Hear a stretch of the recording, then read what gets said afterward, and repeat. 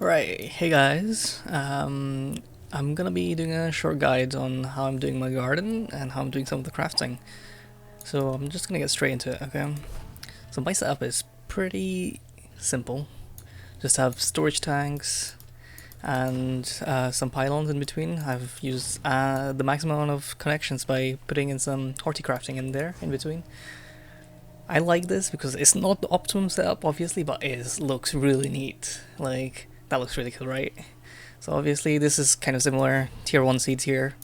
Yellow. Got a little bit of storage here, sorry. Got more purple here.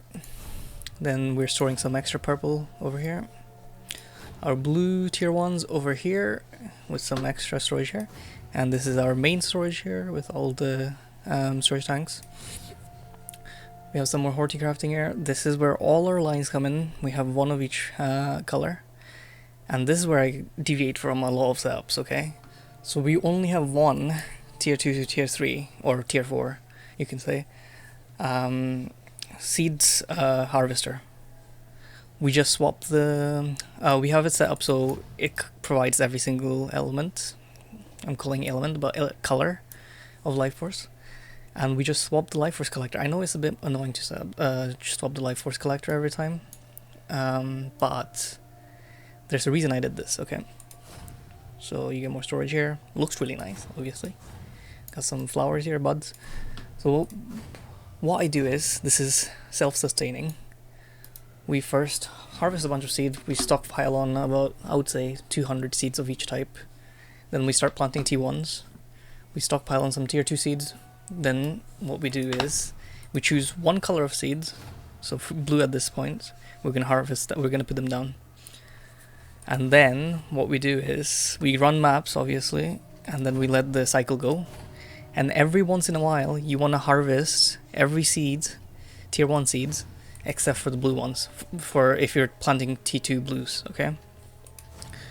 Depending on what seeds you choose for tier 2, at least, you might not even have to harvest purples. So you harvest purple and yellow if you're planting T2 blues, and then we leave blue. Then when you harvest the blues, you're just gonna do the crafts you need to do. Then whatever life force is left over, you're just gonna condense, and that should pretty much fill up all the lost blue because you haven't been harvesting any blue. Then you complete that cycle, then you go into the next color, and for example you go to the yellow, tier 2, but you don't harvest tier 1 yellows anymore. You harvest the other two. Then you just keep cycling like this, and it should work out pretty nicely.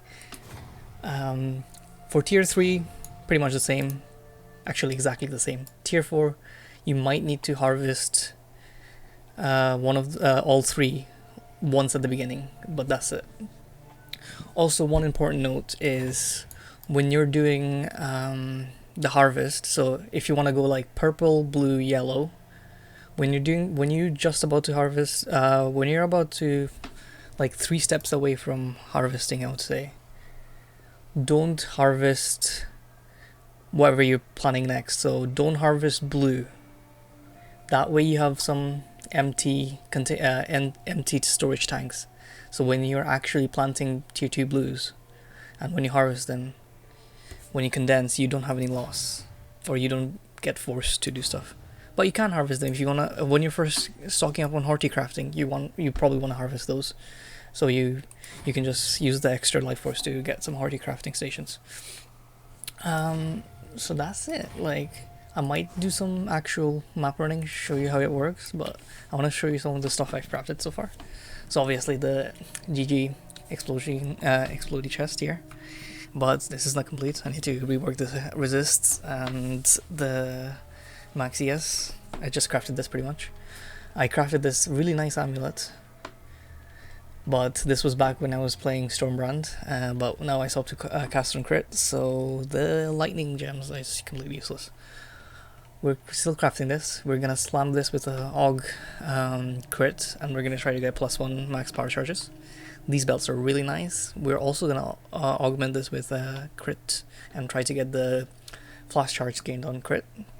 These are not crafted with harvest, just pretty much spammed alks to get flippin' cooldown recovery. If you don't know, for cast on crit, you need at least 14% crit. Cooldown recovery, not.